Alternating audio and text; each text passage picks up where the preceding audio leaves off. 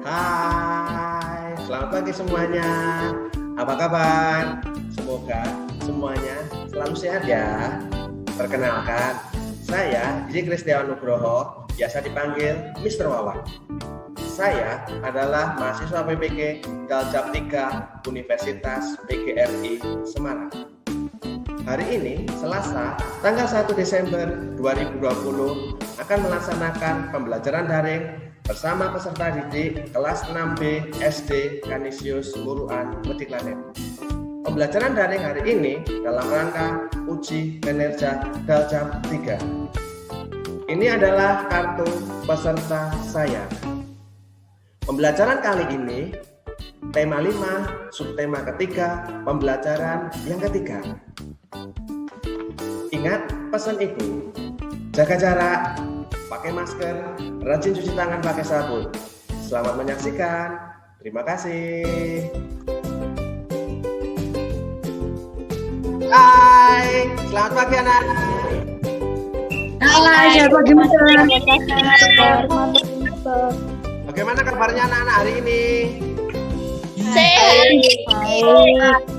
Baik. Apakah semuanya semangat? Semangat. Coba kita cek semangatmu. Mana semangatmu? Ini semangatku. Mana semangatmu? Ini semangatku.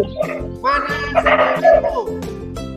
Ini semangatku. Terima kasih. Betul, kalian semangat. Sebelum pembelajaran ini dimulai, marilah kita terlebih dahulu berdoa.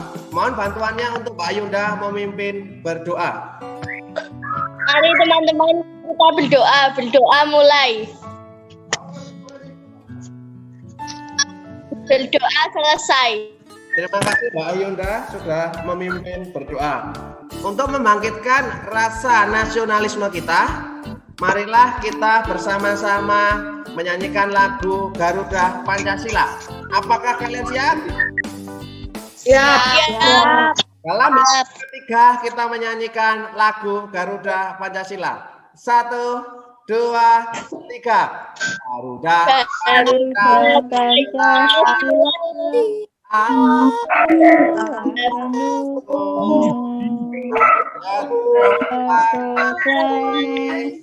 Sedia berkompetisi Pancasila dasar rakyat di bangsaku.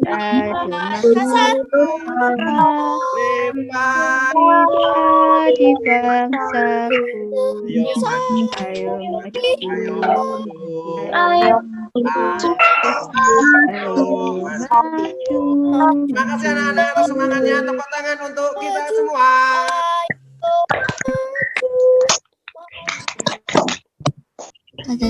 Anak-anak, hari ini kita belajar tema 5, subtema yang ketiga, pembelajaran juga yang ketiga. Apakah anak-anak siap?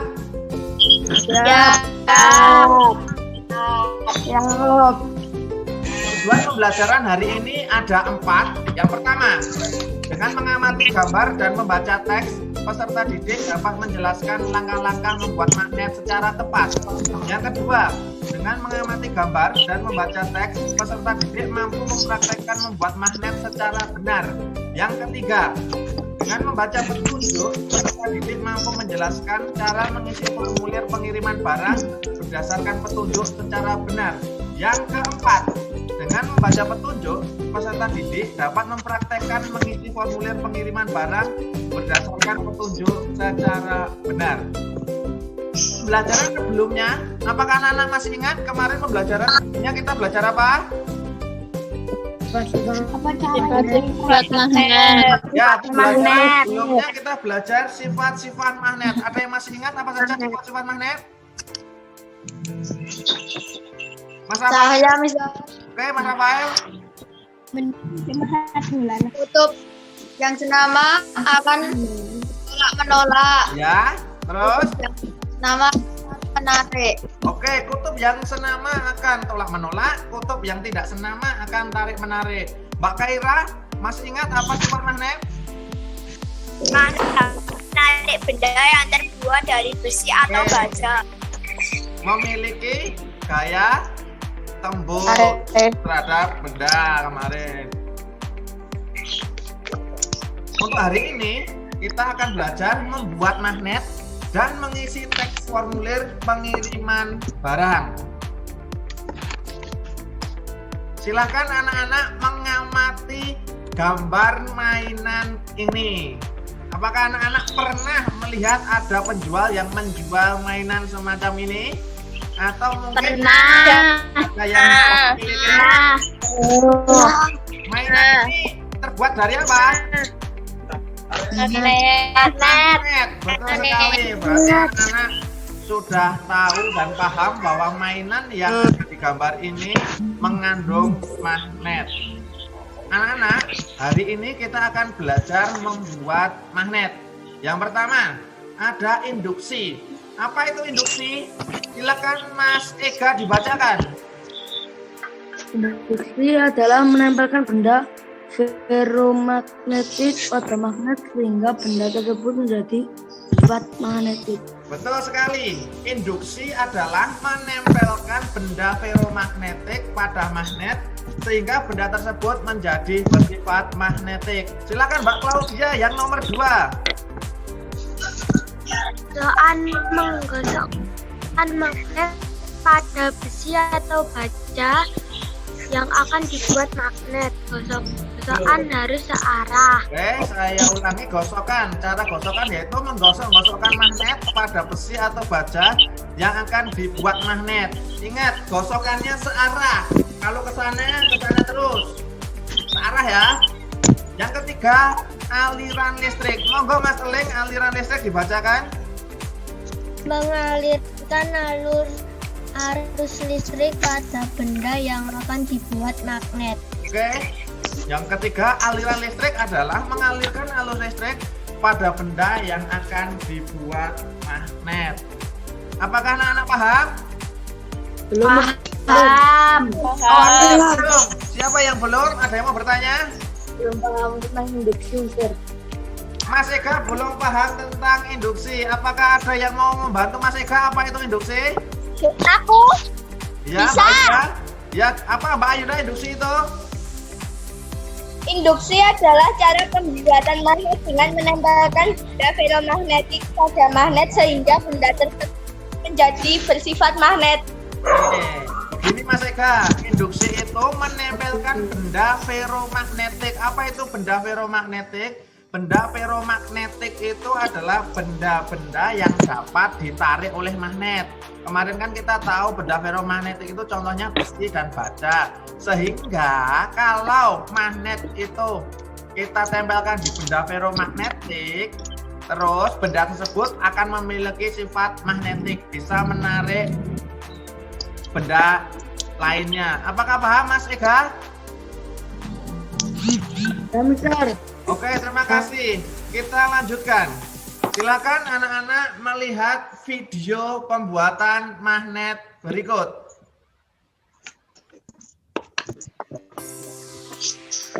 Tiga cara pembuatan magnet. Silakan diperhatikan.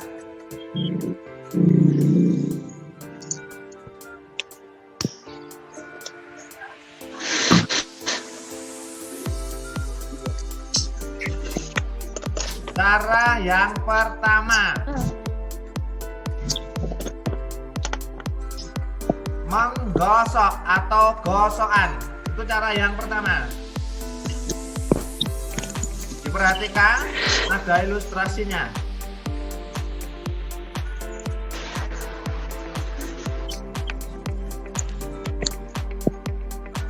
Ingat, gosoknya satu arah ya.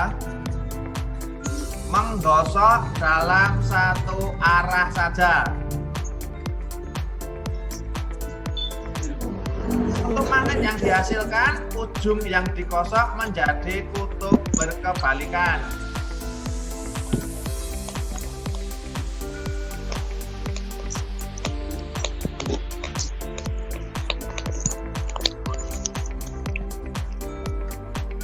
Cara yang kedua, menggunakan arus listrik.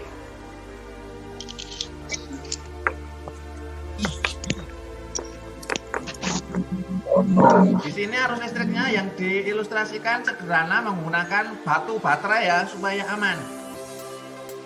Ada paku yang dililit sama tembaga.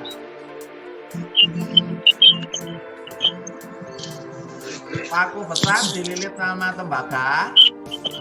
Terus ujungnya ada paku-paku kecil.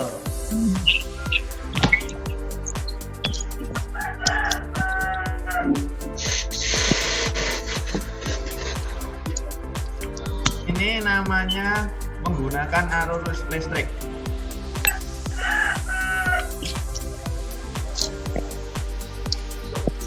Kutub magnet yang dihasilkan dapat ditentukan.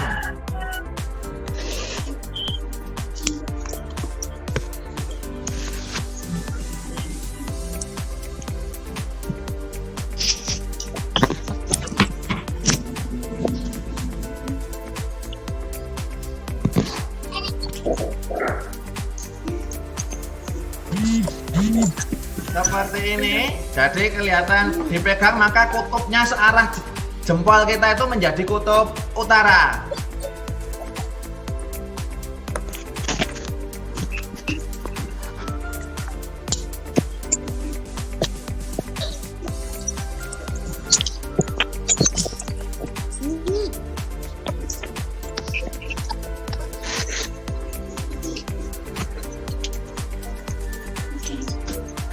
Empat jari menggenggam sesuai arah aliran arus listrik.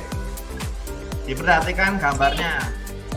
Dari positif itu menuju ke utara, lalu berputar mengikuti arah jarimu itu ke arah yang selatan. Cara yang ketiga, induksi. Induksi itu mendekatkan ya, mendekatkan magnet ke ferromagnetik, benda ferromagnetik. Diperhatikan ilustrasinya. Yang di sebelah kiri ini ada magnet.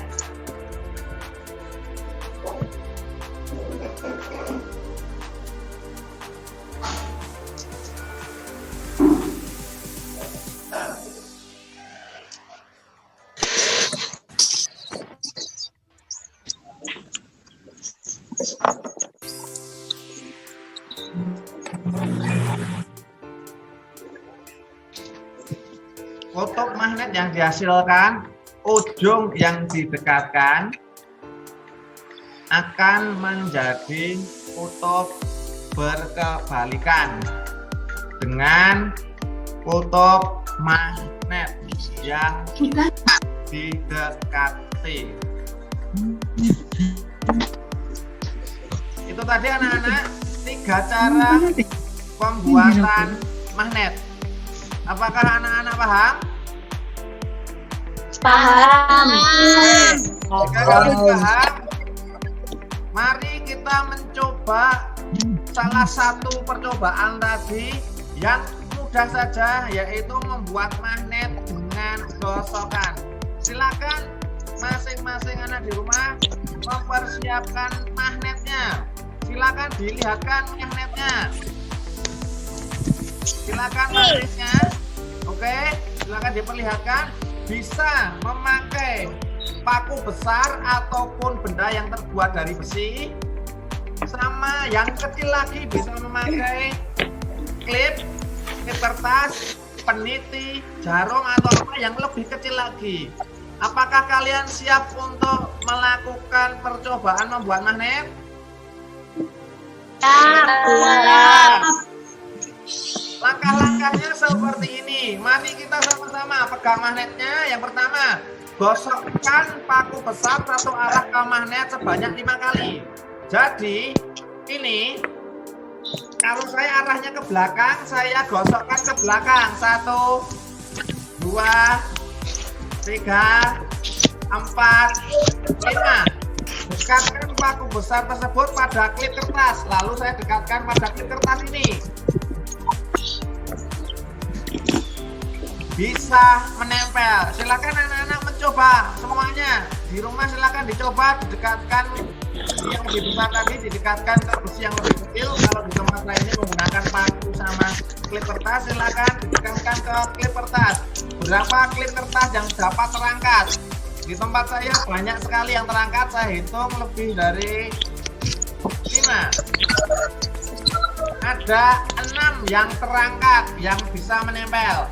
Terus catat di kertas atau buku daringmu dulu. Selanjutnya, yang kedua, kita kembali menggosokkan paku tadi satu arah pada magnet sebanyak 15 kali. Kita hitung.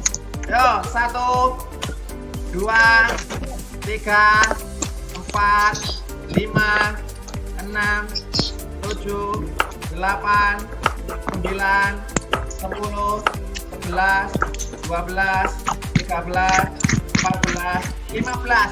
Kita dekatkan lagi ke klip kertas.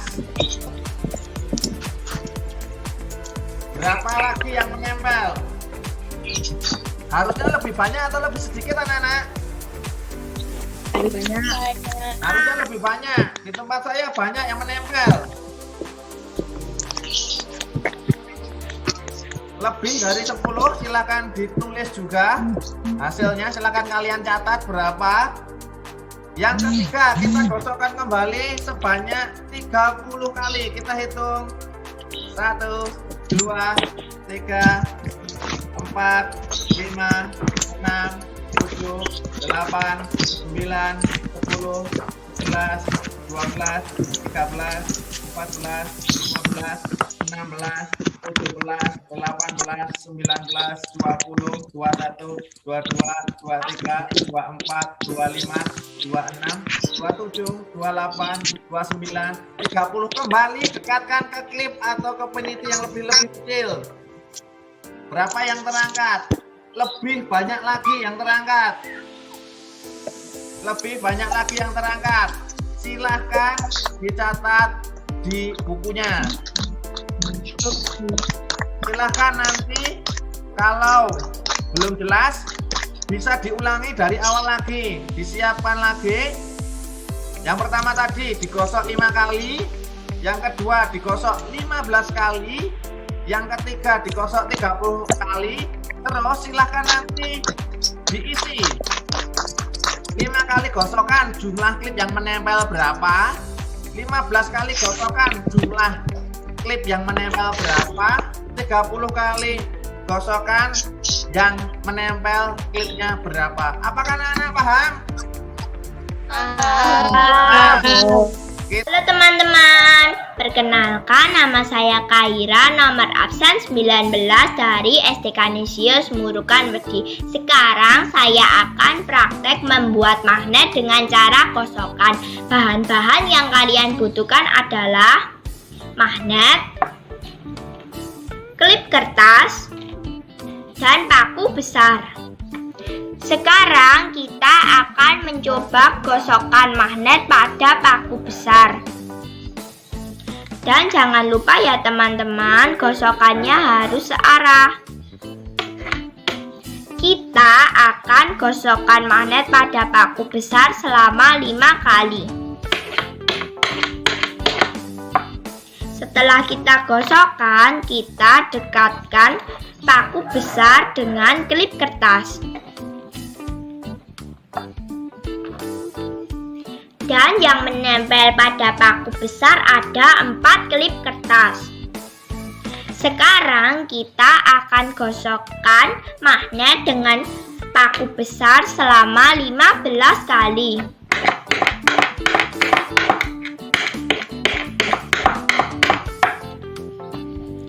Setelah kita gosokkan, kita dekatkan lagi dengan klip kertas.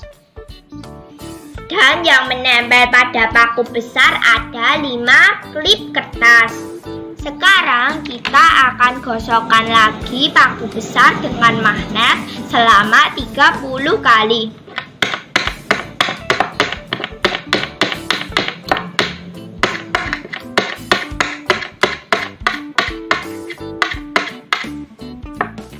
Setelah kita gosokkan dengan magnet, kita dekatkan lagi dengan penjepit kertas. Dan yang menempel pada paku besar ada 8 penjepit kertas. Dan kesimpulannya adalah semakin sedikit gosokan magnet yang diberikan pada paku besar, maka klip kertas yang dapat menempel pada paku besar semakin sedikit. Dan sebaliknya, semakin banyak gosokan yang diberikan pada paku besar, maka klip kertas yang menempel pada paku besar semakin banyak. Sekian video saya, terima kasih. Kesimpulannya tadi dari kita membuat magnet secara gosokan adalah yang pertama. Mas Glory, silakan dibacakan kesimpulan yang pertama. Semakin sedikit digosokkan magnet yang diberikan pada paku besar, maka klip kertas yang dapat menempel di paku juga sedikit. Oke, yang pertama, semakin sedikit gosokan magnet yang diberikan pada paku besar, maka klip kertas yang dapat menempel di paku besar juga sedikit. Yang kedua, Mbak Tesalonika, silakan dibacakan kesimpulannya. Semakin banyak gosokan magnet yang diberikan pada paku besar, maka klip kertas yang menempel di paku besar juga semakin banyak. Apakah sudah paham anak-anak? Jadi semakin kita menggosoknya semakin banyak, maka klip kertasnya juga yang menempel semakin banyak. Betul. Sampai di sini apakah anak-anak paham? Paham. Anak-anak, Pak Guru mau bertanya, apakah kalian pernah mengirim barang melalui jasa paket? Pernah. Apakah kalian mengirim paketnya itu?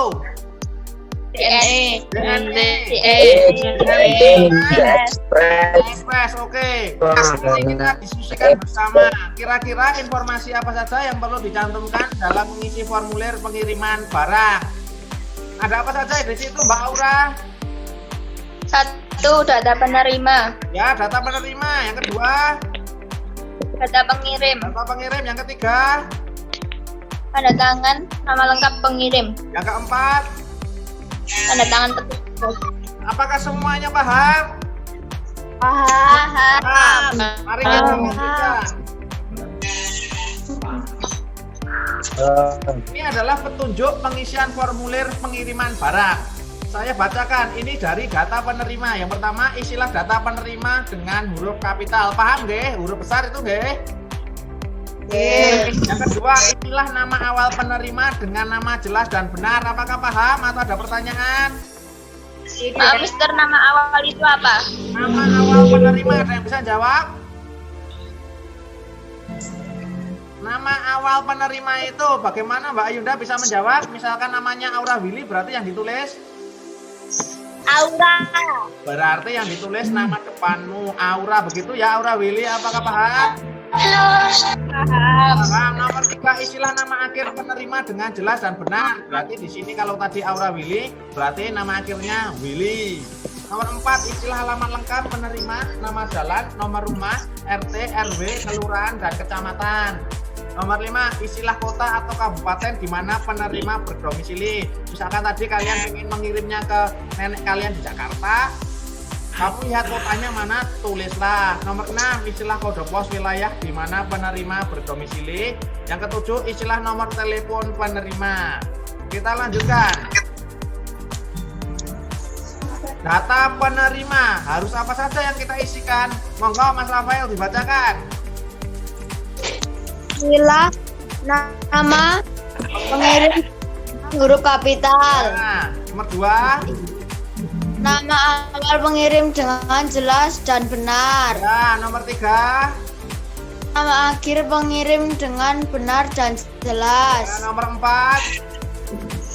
Alamat lengkap pengirim, nama jalan, nomor rumah, RT, RW, kelurahan, dan kecamatan. Nomor 5. Inilah kota kabupaten di mana pengirim berdomisili. Nomor 6. Isilah provinsi di mana pengirim berdomisili.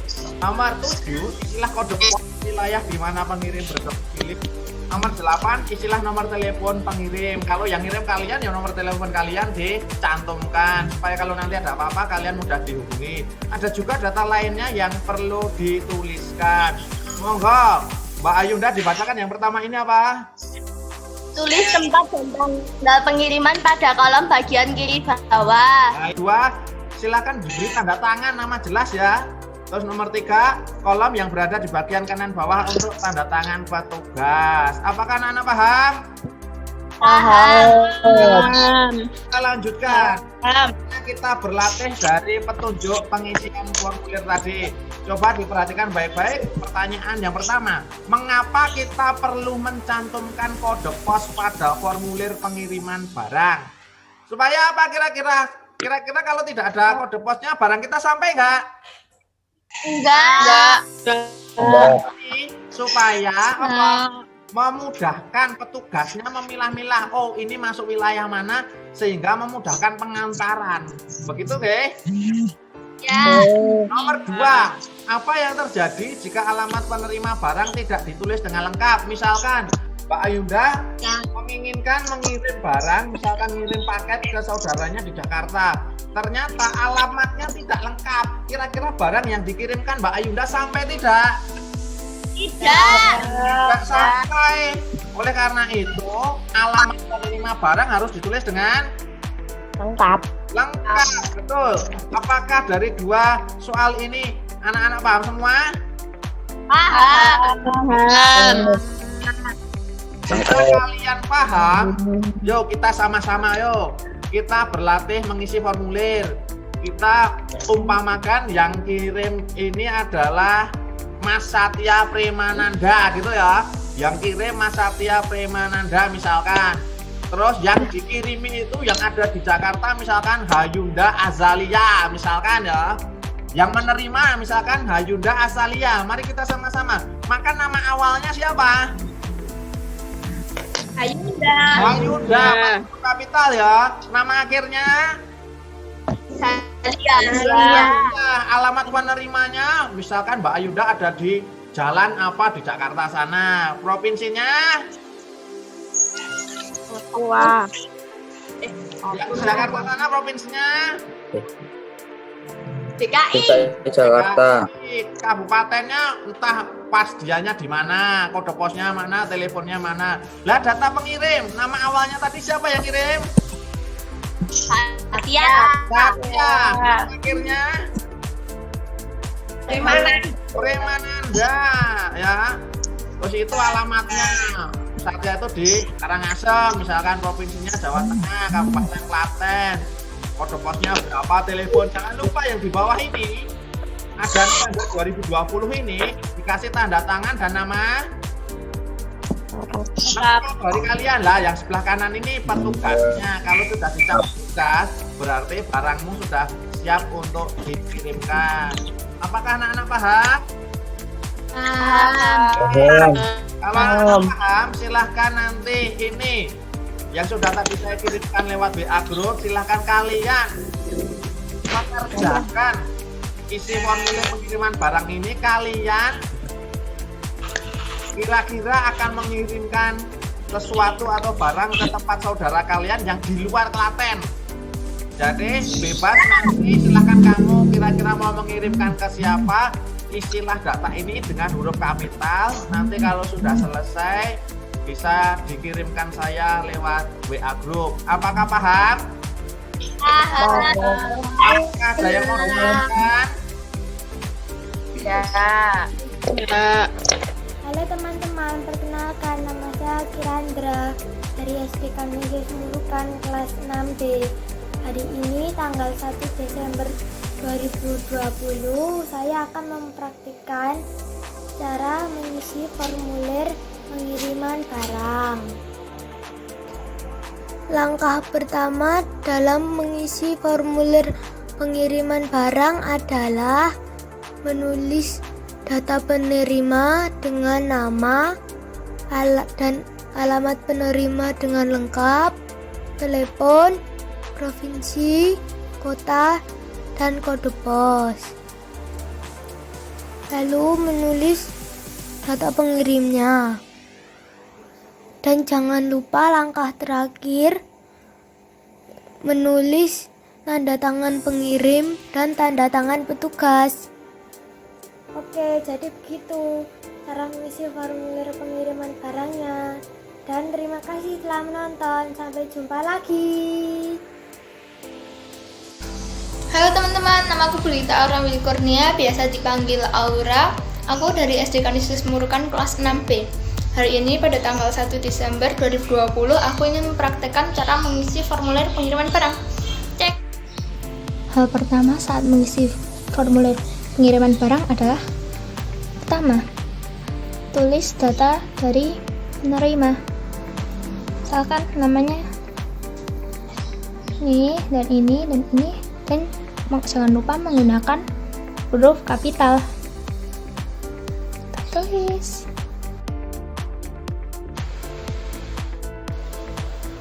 Kedua, tuliskan data pengirim. Jangan lupa juga ya menggunakan huruf kapital. Mari kita tulis. Langkah ketiga, cantumkan tanda tangan nama lengkap pengirim dan tulislah bulan dan tahun di atas tanda tangan. Seperti ini. Langkah terakhir, cantumkan tanda tangan petugas dan nama lengkapnya juga, seperti ini. Oke, sudah selesai. Jangan lupa ya apa saja yang harus dicantumkan di formulir pengiriman barang, dan hafalin terus sampai bisa. Hari ini tadi kita belajar tentang apa? Yang pertama, Mbak Cinta, apa itu? Induksi. Ada 3 cara dalam pembuatan magnet. Apa saja, Mbak Cinta? Induksi. Apakah itu induksi? Menempelkan benda ferromagnetik pada magnet sehingga benda tersebut bersifat magnetik. Betul, menempelkan benda ferromagnetik pada magnet sehingga benda tersebut bersifat magnetik. Yang B, Laurencia. Gosokan. Ya, apakah itu gosokan, Mbak Laurencia? Menggosok-gosokkan magnet dan besi yang dibuat magnet dan arah gosokannya searah. Nah, ini yang tadi kita praktekkan, nggih. Yang C, Aura Willy. Aliran listrik. Apakah itu aliran listrik? Mengalirkan arus listrik pada benda yang akan dibuat magnet. Saya ulangi, kita tadi belajar tentang pembuatan magnet. Pembuatan magnet ada 3. Yang pertama, induksi. Yang kedua, gosokan. Yang ketiga, aliran listrik. Apakah anak-anak paham? Paham. Selanjutnya, dalam formulir pengiriman barang harus memuat data penerima dan data pengirim secara lengkap dan benar. Supaya apa? Agar barang yang dikirimkan sampai ke tempat tujuan dengan benar. Jadi barangmu betul-betul sampai ke tempat yang ingin kamu beri. Apakah paham? Paham. Kalau kalian paham. Untuk mengetahui sejauh mana pemahaman kalian, silakan nanti kalian mengerjakan evaluasi, kerjakan soal di Google Form. Soalnya ada 10, bentuknya pilihan ganda. Silakan nanti klik linknya yang sudah saya kirim lewat WA grup, deh. Ya. Mari kita refleksikan kegiatan hari ini. Apa yang sudah kamu pelajari dari kegiatan hari ini? Apa manfaat yang kamu peroleh dari kegiatan hari ini? Kalian tinggal merenungkannya, apakah ada manfaatnya, apakah tidak, boleh ditulis di buku daringnya, terus buat refleksi kalian sendiri. Untuk pembelajaran selanjutnya kita akan belajar tema 5, subtema yang ketiga, pembelajaran yang keempat. Apakah anak-anak paham? Paham. Apakah anak-anak masih semangat? Masih. Masih semangat. Ajukan jempolnya. Ajukan jempolnya. Oke, itu tanda kalian semangat. Sebelum ini kegiatan ini kita akhiri, kita nyanyi bersama-sama lagu daerah ini, yaitu Gundul-Gundul Pacul. Mari kita bernyanyi bersama. Bisa goyang, bisa jempolnya. Oke, semuanya. Ayo Mbak Aura semua diangkat. Kita nyanyi Gundo-Gundo Paco ya.